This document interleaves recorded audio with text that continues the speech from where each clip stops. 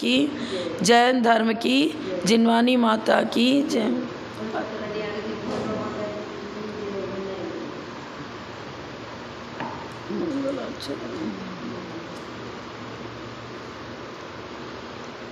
कीर्त्या महत्या भुवि वर्धमानं त्वां वर्धमानं स्थितिगोचरत्वं निनीशवस्मो भयमद्य वीरं विशीर्णदोषाशय पाशबन्धम्।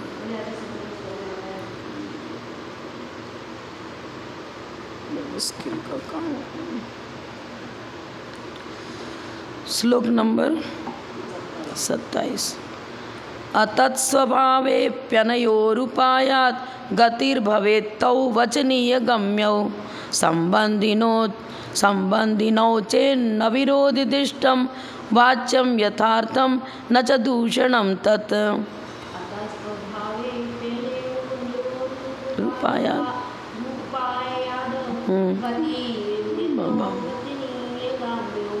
संबंधिनौ चेन्न विरोधिदिष्टं।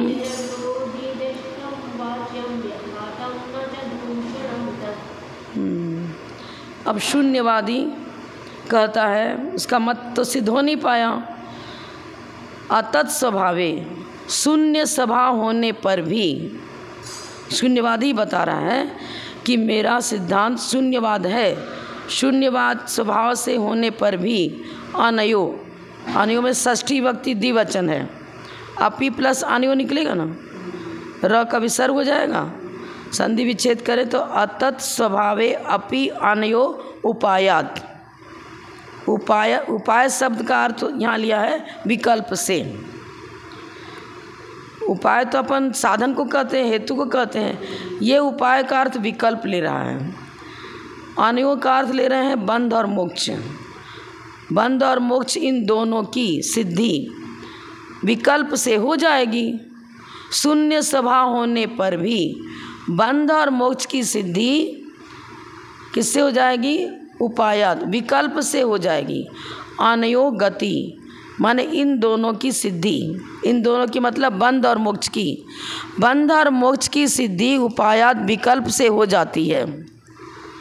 अतत् स्वभावे, शून्य स्वभाव के होने पर अपि माने भी, अनयो गति, इन दोनों की सिद्धि, इन दोनों की गति प्राप्त होती है। कैसे? उपायात, विकल्प से हो जाएगी। अब विकल्प क्या हो? तो काल्पनिक मान रहा है, कल्पना मात्र से हो जाएगी, बता रहा है। वचनीय गम्य हो, और वो वचन के विषय भी बन जाएंगे, क्योंकि अन्य मत में बंध और मोक्ष की चर्चा है। अब परमत को खंडन करने के लिए इसको युक्ति देनी पड़ेगी। तो कह रहा है कि भाई वो विकल्प से हो जाती है। विकल्प से बंध और मोक्ष वचनीय, अर्थात वचन का विषय भी बनता है, और गम्य ज्ञान का विषय भी बन जाता है। वचनीय भी है और गम्य भी है, मतलब जानने योग्य है। बंध और मोक्ष ज्ञेय बनते हैं, ज्ञान के विषय बनते हैं, और कथन में भी आता है। तो विकल्प से बंध और मोक्ष की गति होती है, अर्थात उनकी सिद्धि हो जाती है, और वचनीय भी है और गम्य भी है। दोनों, वचनीय और गम्य दोनों का संबंध बन जाता है। किसके साथ? बंध और मोक्ष के साथ। बंध और मोक्ष का संबंध वचन के से भी बन जाएगा और ज्ञान से भी संबंधित हो जाएगा। अब आचार्य बता रहे हैं विरोधी, यह ऐसा नहीं हो सकता। इति चेत, ऐसा मानो तो न, यह बात विरोध को प्राप्त होता है। विरोधी दृष्टम, परस्पर विरोध आता है। जो शून्य है, जिसका अस्तित्व ही नहीं है, वो वचन का विषय कैसे बनेगा? ज्ञान का विषय कैसे बनेगा? चीज़ है तब तो उसका वचनों से प्रतिपादन भी होता है, और वो ज्ञान का विषय बनता है। तुम कहते हो शून्य स्वभावी है। जब शून्य स्वभावी है तो विकल्प से, विकल्प क्या चीज़ है तुम्हारा? कल्पना क्या चीज़ है? कल्पना से कैसे सिद्धि करोगे? अरे जो यथार्थ होता है, यथार्थम, जो यथार्थ है वही देखा जाता है, और वही वाच्य माने वचन का विषय बनता है। विरोधी दृष्टि माने शून्यवादियों के यहाँ जो विकल्प से बंध और मोक्ष की सिद्धि की गई है, उसमें विरोध देखा जाता है, वह विरोध को प्राप्त होता है। क्योंकि जो यथार्थ है वही वाच्य होगा, और वही ज्ञान का विषय बनेगा। ऐसा यथार्थ मानो, वस्तु का अस्तित्व मानो, तब कोई दूषण नहीं आएगा। तुम शून्यवादियों के यहाँ वस्तु को सत्य रूप में स्वीकार नहीं किया गया है, यथार्थ रूप में उनकी सत्ता नहीं मानी है। अब नहीं मानते हो तो जो यथार्थ है ही नहीं वो प्रतिपाद्य भी कैसे होगा और ज्ञान का विषय भी नहीं बनेगा। यथार्थ मानने पर तो दूषण नहीं आता है, पर तुमने यथार्थ रूप में वस्तु की सत्ता स्वीकार की नहीं है, अतत स्वभाव स्वीकार किया। सर्वथा अतत स्वभाव मत मानो। तत् अतत, जैन सिद्धांत में तद अतत दोनों बताए ना। तत् का मतलब सामान्य धर्म, अतत माने विशेष, सामान्य विशेषात्मक वस्तु है। अब देखो, बंध और मोक्ष की सिद्धि तत् रूप में ही बनेगी और अतत रूप में ही बनेगी। कैसे बनेगी? अनादिकाल से जीव अशुद्ध है, कर्मों से बंधा हुआ है। अब प्रति समय एक एक निषेध गल रहे हैं, मतलब पूर्वबद्ध कर्म निर्जरित हो रहे हैं, सविपाक निजरा के द्वारा भी, और जो तपस्वी वो अविपाक निजरा के द्वारा भी गलित कर रहे हैं कर्मों को। लेकिन नवीन कर्म आ रहे हैं, तो नवीन कर्म आ रहे हैं, जो नवीन आ रहे हैं वो पहले से तो थे नहीं, नवीन आए, और पहले वाला बंधा था। तो हम बद्ध और अबद्ध दोनों को अपेक्षाकृत स्वीकार करते हैं। अनादिकाल से जीव कर्मों से बद्ध है, पर जिनसे बद्ध था वो निकल भी रहे हैं, उनसे खाली भी हो रहा है, और नवीन कर्म आ भी रहे हैं। तो तत् अतत दोनों को स्वीकार करो। हमारे जैनाचार्य बता रहे हैं कि तत् अतत दोनों को विशेषण बनाओ। किसका? बंध और मोक्ष का। बंध और मोक्ष के विशेषण दोनों एक साथ बनेंगे। जब तक जीव संसारी है, संसार अवस्था में है, तब तक नवीन कर्म बनते भी हैं और पुराने कर्म झड़ते भी हैं। तो अनादिकाल से जो कर्म बंधे हुए हैं वो बंधे हुए हैं, यथार्थ मानो उन्हें। यदि हम बंधे ही नहीं है, सर्वथा मान लो, तो फिर हम संसार में क्यों हैं? हमारी सिद्ध अवस्था हो जानी चाहिए। फिर तो आप कहो कि बंध यथार्थ नहीं है, यथार्थ नहीं है, तो फिर तो हम तो बंधे हैं ही नहीं, तो फिर संसारी हमको क्यों कहा जाएगा? हम तो मुक्त कहलाएंगे, यथार्थ में हमको बंध है ही नहीं।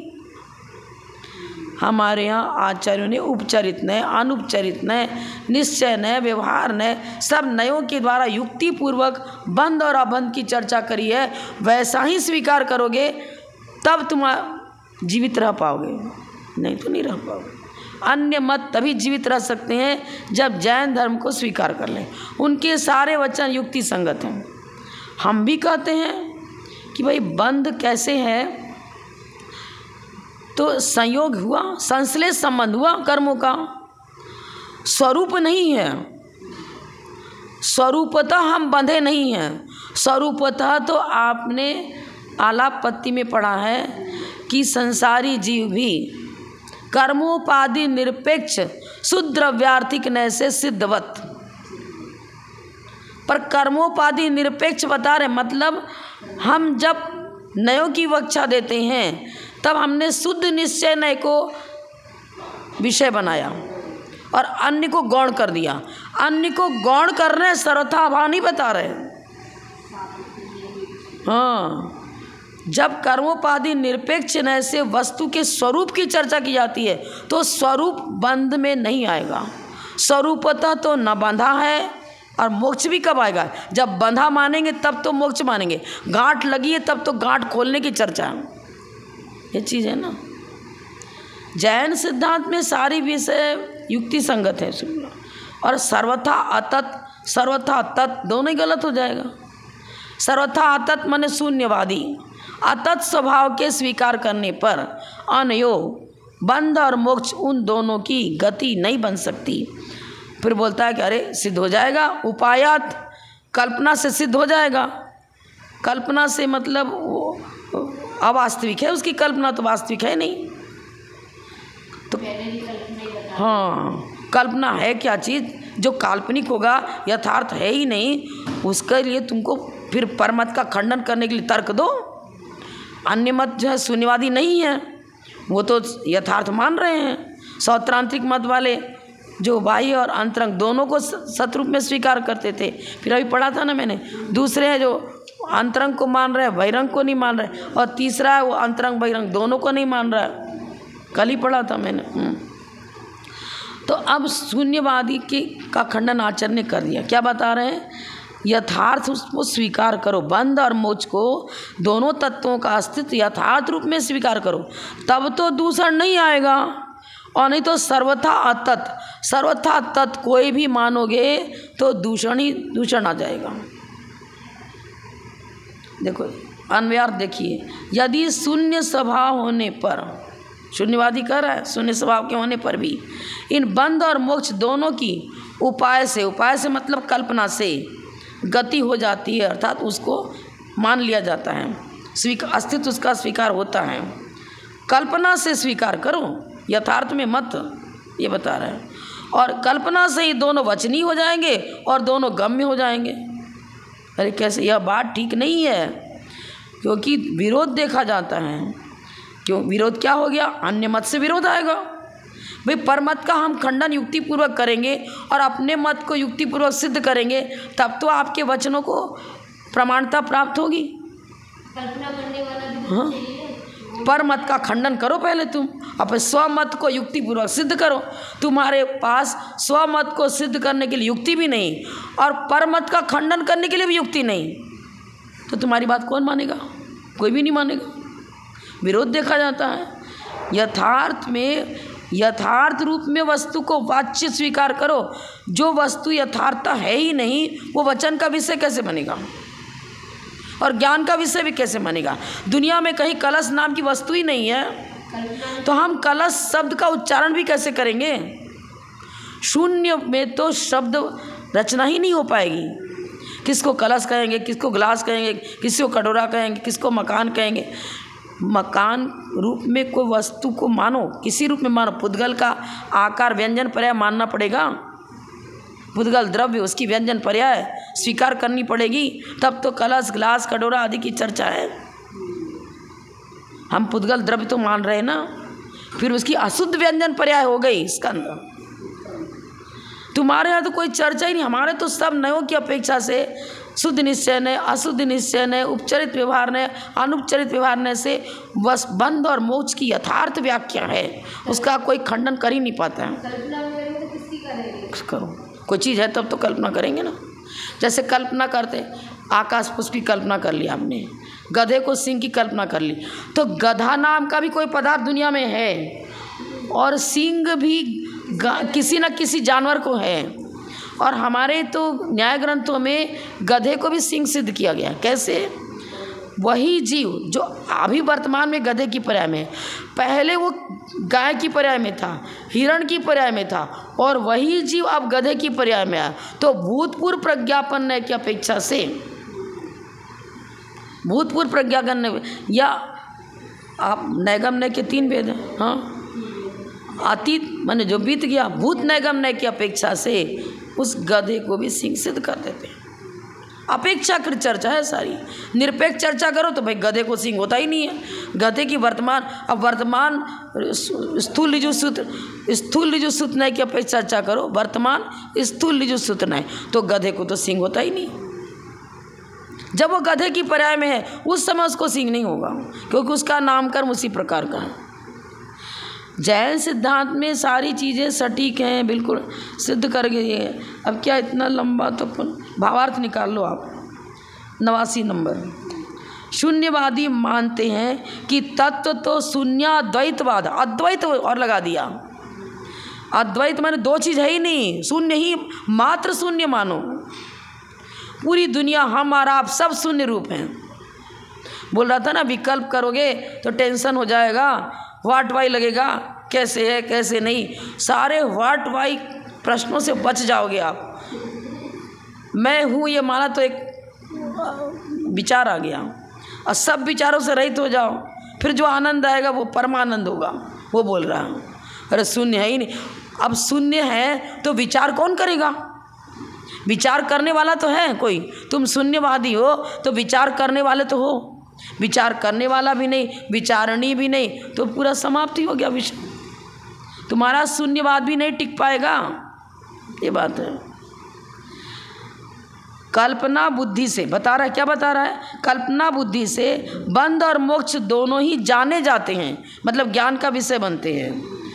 ज्ञान का विषय बनते हैं। जो जो ज्ञान का विषय बनता है वो वचनी भी होता है, वचन का, क्योंकि दोनों के वचन हैं और विकल्प हैं। बंध और मोक्ष में वचन भी मानना पड़ेगा विकल्प कल्पना से, और कल्पना से ही उनको ज्ञान का विषय भी मानो। विकल्प माने भेद रूप ज्ञान, ज्ञान का विषय बनता है और वचन का विषय बनता है। पर कैसे बनता है? कल्पना से बनेगा। वैसे शून्य स्वभाव के अभाव रूप, अब आचार्य कर रहे हैं, आप तो शून्यवादी हो, पर बहुत लोग शून्य स्वभाव नहीं मानते हैं। शून्य स्वभाव के अभाव रूप सत स्वभाव तत्व को मानने वाले, पहले सत स्वभाव तत्व को मानने वाले का तुम खंडन करो। शून्यवाद में शक्ति नहीं खंडन करने की। शून्य स्वभाव के अभाव रूप मतलब सत्स्वभाव, सत्स्वभाव तत्व को मानने वाले भी यही कहते हैं कि बंध और मोक्ष दोनों की उपाय से जानकारी होती है। पर उन्होंने उपाय किसको कहा? जैसे बंध का कारण है आश्रव, आश्रव पूर्वक बंध होता है। बंध का, मोक्ष का कारण क्या है? तप, और तप से निजरा होती है, फिर संबर और निजरा से मोक्ष होता है। हमारे यहाँ, तुम्हारे यहाँ उपाय शब्द तुमने काल्पनिक बताया। अन्य मत वाले कल्पना रूप उपाय नहीं बताते हैं, उनका तो बहुत विधिवत उपाय है। अब सगुप्ती समिति धर्मानुपेक्षा बताएं तो पास में गुप्ती समिति धर्मानुपेक्षा, इनके द्वारा संबर और निजरा होती है। सगुप्ती समिति धर्मानुपेक्षा न धर्मोपदेशा करके सूत्र है ना, युक्त। हाँ, कल्पना कर लो, भूख मिट जाएगी बारे बार। तप से निजरा होती है और मोक्ष होता है, तप से भी होता है। पहले संबर होगा, फिर निजरा होगी, अविपाक निजरा होगी, फिर निजरा करते करते संपूर्ण कर्मों का सर्वथा अभाव हो जाएगा। तो किट्ट कालिमा हटी, द्रव्य का अभाव नहीं हुआ। छहो द्रव्य अनादि अनिधन है। द्रव्य का अभाव तो जैन सिद्धांत में स्वीकार किया ही नहीं गया है। पर जैन सिद्धांत सर्वथा द्रव्य भी नहीं मानता, वो तो गुण पर्यवत द्रव्यम, पर्याय की अपेक्षा से पर्याय का, पूर्व पर्याय का अभाव, नवीन पर्याय की उत्पत्ति और विनाश भी स्वीकार कर रहे हैं। पर उत्पत्ति विनाश के साथ साथ द्रव्य भी स्वीकार कर रहे हैं। उत्पाद व द्रव्युक्तम सत, हम सर्वथा सत भी नहीं मानते, सर्वथा असत भी नहीं मानते। हम तो सत असत दोनों को स्वीकार करते हैं, द्रव्य की अपेक्षा से सत और उत्पाद व्यय की अपेक्षा से असत।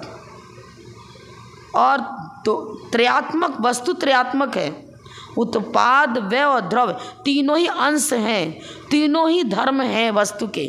सत द्रव्य लक्षणम और उत्पाद व्यय द्रव्युक्तम सत। सर्वथा अभाव तुम मानते हो, वो भी गलत, और जो सर्वथा सत मानते हैं वो भी गलत।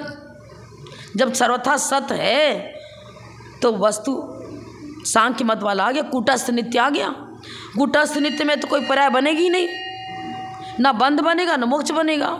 सर्वथा सत मानने पर भी बंध मोक्ष नहीं बनता, और सर्वथा असत शून्यवाद को स्वीकार करने पर भी बंध मोक्ष नहीं बनता। बंध मोक्ष की पूर्ण व्यवस्था जैन धर्म से ही बनेगी, जैन सिद्धांत से ही बनेगी, अन्य से बनी नहीं सकती।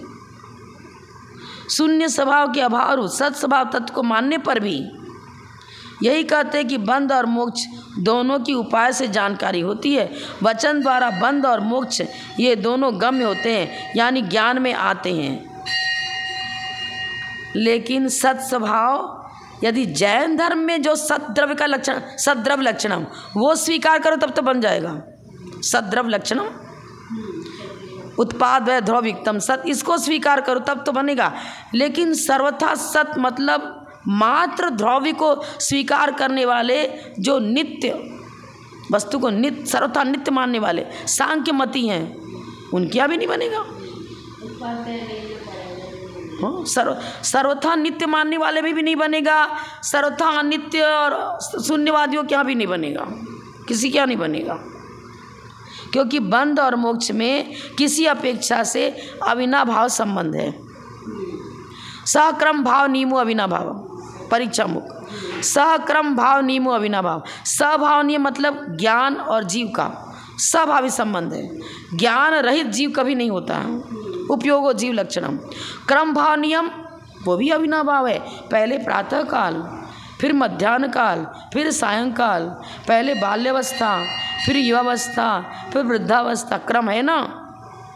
अब वृद्धावस्था के आने के पहले कोई व्यक्ति समाप्त हो गया, भुज्यमान आयु समाप्त हो गई, लेकिन ये नहीं हो सकता कि पहले वृद्धावस्था आ जाए बाद में युवावस्था है, ये नहीं बनेगा। जो बंधा है वही छूटता है। आचार्य बता रहे हैं ना, मोक्ष बंध पूर्वक ही होता है। बाल्यावस्था पूर्वक युवावस्था होती, क्रम भाव नियम में बनेगा ना, सभाव नियम में नहीं, क्रम भाव नियम में। पर सक्रम भाव नियमो अविनाभाव, अविनाभाव बता रहे ना। मोक्ष बंध पूर्वक होता है, जो बंधा हो वही छुटकारा पाता है, ऐसा न्याय है। और जहाँ मोक्ष का अभाव सिद्ध कर दोगे तो बहुत मुश्किल हो जाएगी। एक तो मोक्ष क्या हुआ, सिद्ध पर्याय वाला मोक्ष हुआ, और हम भी हर समय पूर्वबद्ध कर्म से मुक्त होते हैं। एक देश मोक्ष तो सभी संसारी जीवों को हो रहा निरंतर। अरे जो कर्म उदय में आ गए, उदय में आना मतलब आत्म प्रदेश से हट गए, अलग हो गए, उदय में आकर जड़ गए। सवई पाक निजरा तो हो रही है ना, तो उससे हम मुक्त हो रहे हैं। एक देश निजरा तो प्रति समय हो रही है, प्रति समय पूर्वबद्ध कर्म के एक एक निषेक उदय में आते हैं और निकल जाते हैं। हम निरंतर बंध को ही प्राप्त हो रहे हैं और हम निरंतर मुक्त भी हो रहे हैं, दोनों हो रहे हैं। एक देश मोक्ष बता रही मैं, सिद्ध अवस्था वाली मोक्ष नहीं बता रही। हाँ, अब मेरी आयु प्रति समय एक एक निषेक गल रहे हैं, तब तो हम कहते हैं कि अब मेरी आयु 10 वर्ष की होगी। 10 वर्ष की हो गई मतलब अब ये उतनी आयु माइनस हो गई। 10 वर्ष संबंधी आयु के निषेक निकल गए। तब किसी बच्चे की उम्र हम बताते 10 वर्ष का हो गया, निकल गए ना, और बचे भी हैं तो सर्वथा आयु से रहित भी नहीं है और सर्वथा सहित भी नहीं है। जितने निषेक को लेकर हम आए थे, भुज्यमान आयु की अपेक्षा चर्चा कर रहे हैं। जो भुज्यमान आयु तो एक समय एक ही बनेगी। अब भुज्यमान आयु के निषेक मैंने 100 निषेक प्राप्त किए, 100 निषेक को लेकर उत्पन्न हुए। तो हम जब वो व्यक्ति 25 वर्ष का हो गया तो 25 वर्ष संबंधी निषेक उतने खत्म हो गए, अब 75 ही बचे। तो हमारे साथ आयु के निषेक हैं भी और नहीं भी हैं। जितने जितने निकलते जा रहे हैं उनसे रहित होते चले जा रहे हैं, और जो बचे हैं उनसे सहित भी हैं। तो बंध भी रहे, अब बंध का लो तो भुज्यमान आयु तो है ही है, और नवीन आयु का बंध कर रहे हैं। यदि मोक्ष नहीं जाना, चरम शरीर नहीं है तो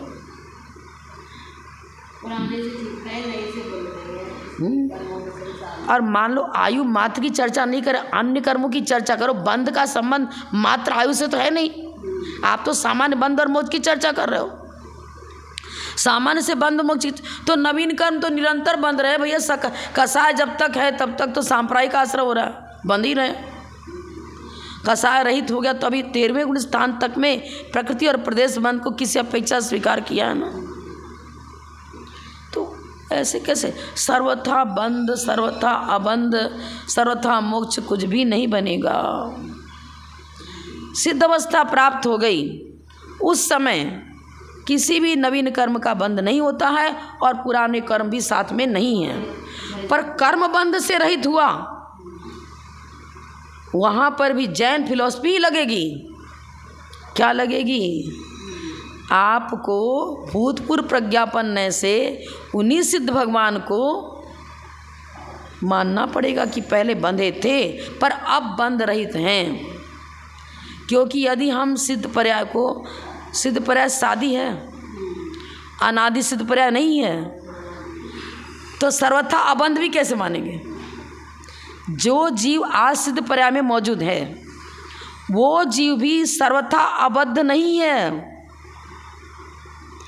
क्योंकि भूतपूर्व प्रज्ञापन ने बताता है कि पहले ये संसारी थे अब इन्होंने तप के द्वारा सभी कर्मों का आत्यंतिक उच्छेद कर दिया। अभी कर्मों का, किसी प्रकार के कर्म का, द्रव्य कर्म, नो कर्म, भाव कर्म, किसी का भी संबंध इनके साथ नहीं है। पूर्ण शुद्ध आत्म तत्व वहाँ मौजूद है। वर्तमान में पूर्ण शुद्ध आत्म तत्व मौजूद है, वर्तमान ऋजु सूत्र नय की अपेक्षा से। लेकिन नब नैगम नय लगाएं तो नैगम लय में वर्तमान नैगम नय के ठीक है, शुद्ध भगवान है, लेकिन भूतपूर्व प्रज्ञापन है जो पहले संसारी था ही नहीं। पहले संसारी थे, ये स्वीकार करना पड़ेगा, तब सिद्ध पर्याय की चर्चा हो पाएगी। ये बता रहे ना, बंध पूर्वक ही मोक्ष होता है। एक देश बंध और मोक्ष की चर्चा करो, अथा सर्वदेश बंध रहित मानो। बंध रहित सर्वदेश बंध रहित हो गया सिद्ध भगवान।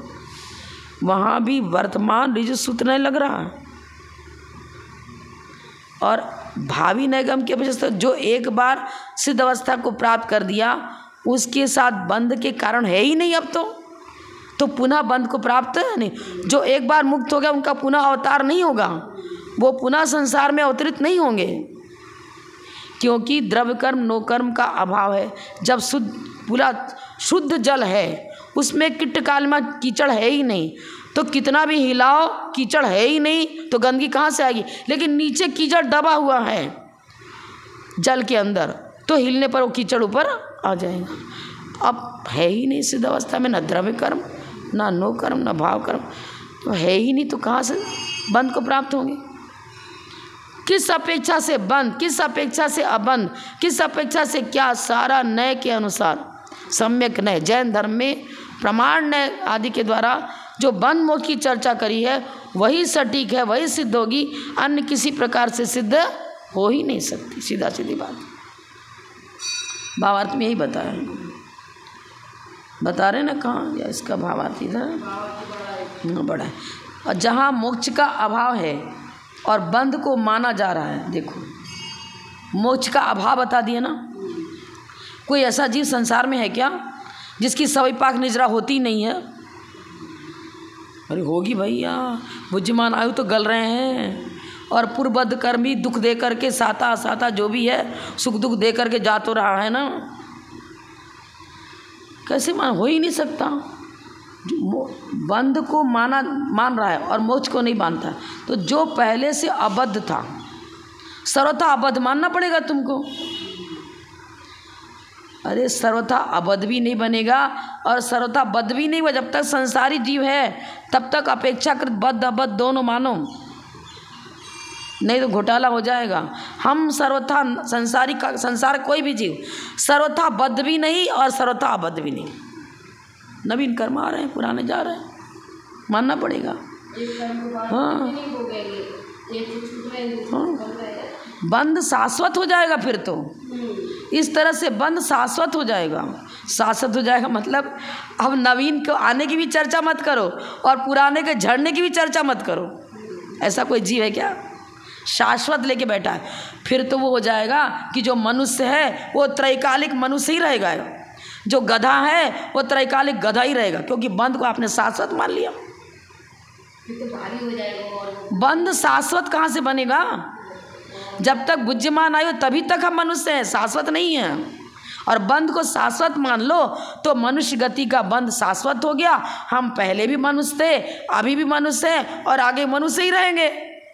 बंध को शाश्वत मानने पर बहुत घोटाला हो जाएगा। हर पर्याय के जो जिस पर्याय में है वो त्रैकालिक, उसी पर्याय को भी त्रैकालिक मानना पड़ेगा। हम कर्मजन्य मानते हैं पर्यायों को, कुछ भी नहीं बनेगा। सही बात है। दूसरी बात है कि जैसे प्रति समय किसी विशिष्ट नवीन कर्म का बंध हो रहा है, प्रति समय विशिष्ट नवीन कर्म का बंध हो रहा है, यह तो सिद्ध ही है, सब जान रहे हैं।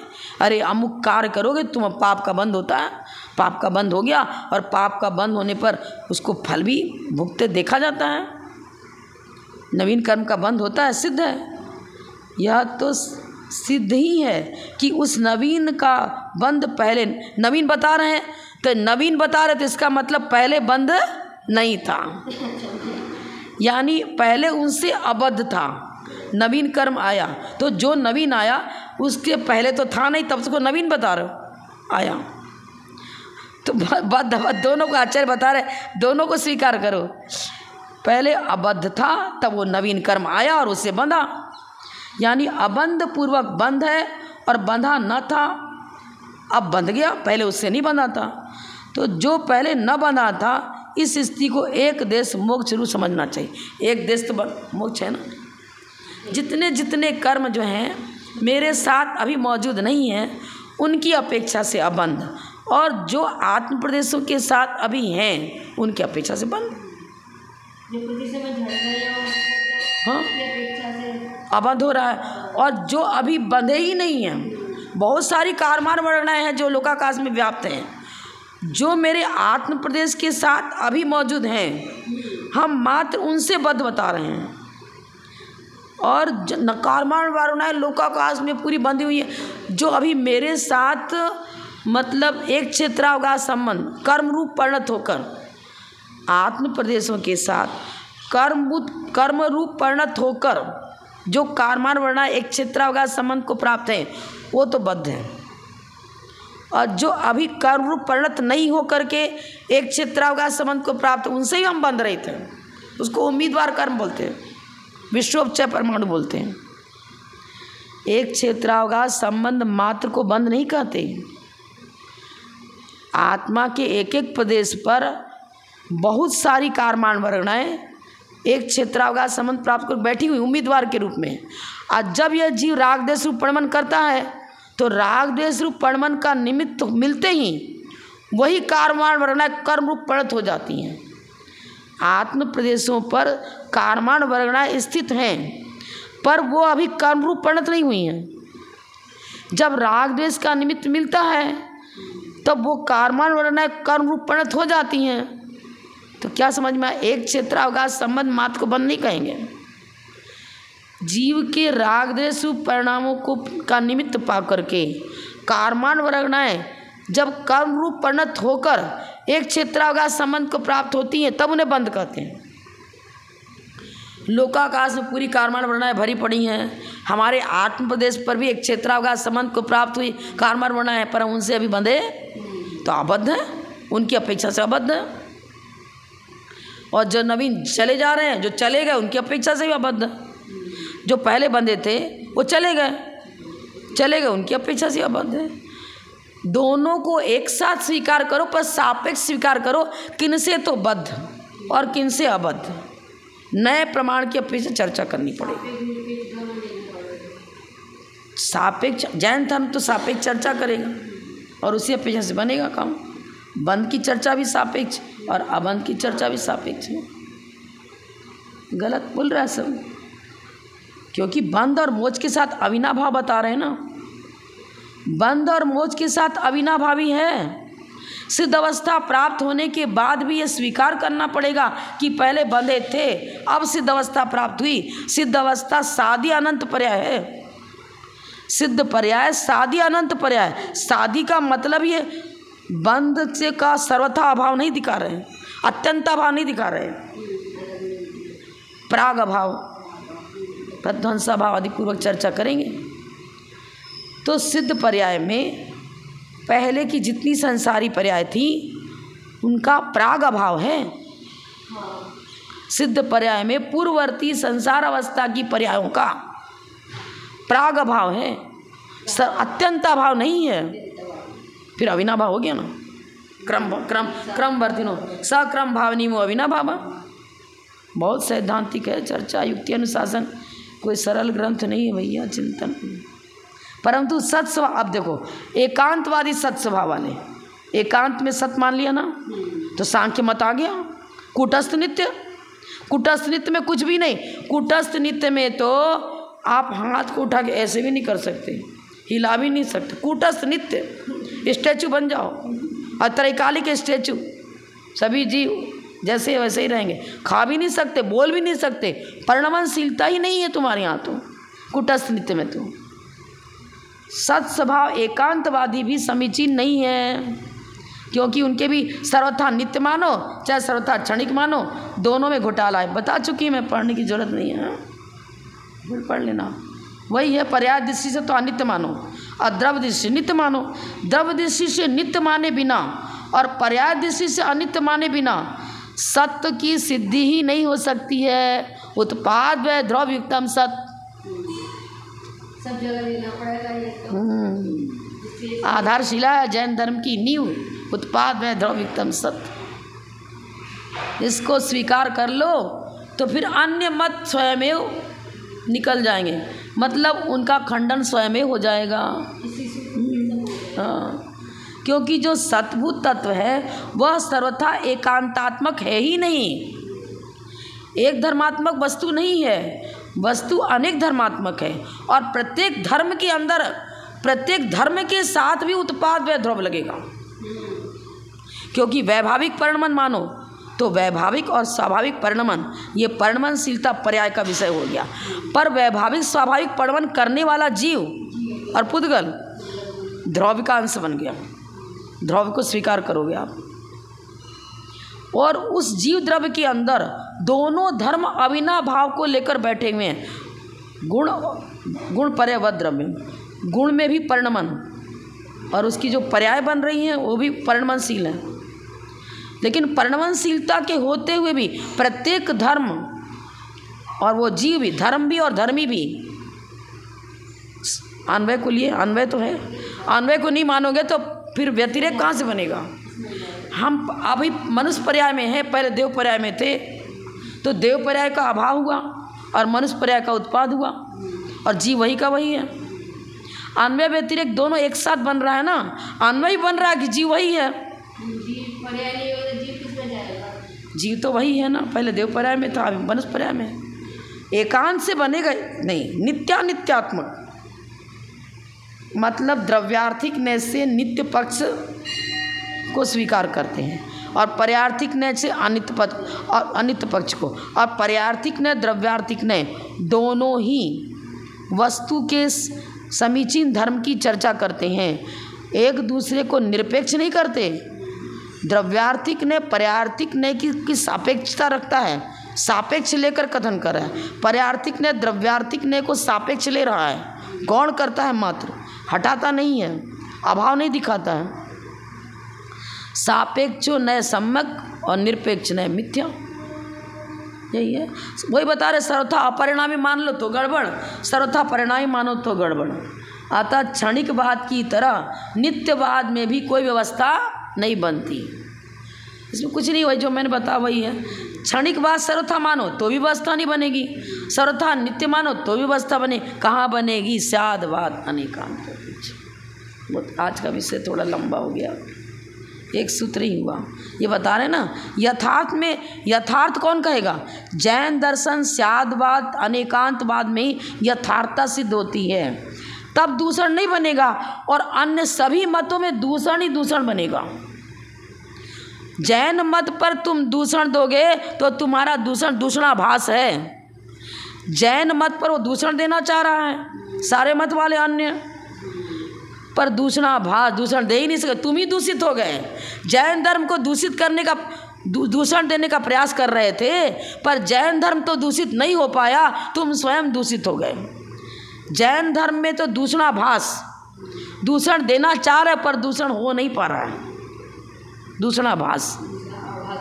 हाँ, जैन धर्म के प्रति अन्य मत वाले उसको दूषण देने का प्रयास कर रहे हैं, पर आचार्य का दूषणाभास, दूषण दे ही नहीं पाए, झूठा दूषण ठहर गया तुम्हारा। तुमने जितने दूषण दिए थे सब विफल चले गए, दूषणाभास। पर दूषित हुआ कौन, वो जो दूषण देना चाह रहा था एकांतवादी, वो स्वयं दूषित हो गया। टाइम है तो इतना ही, कठिन था ना आज का थोड़ा।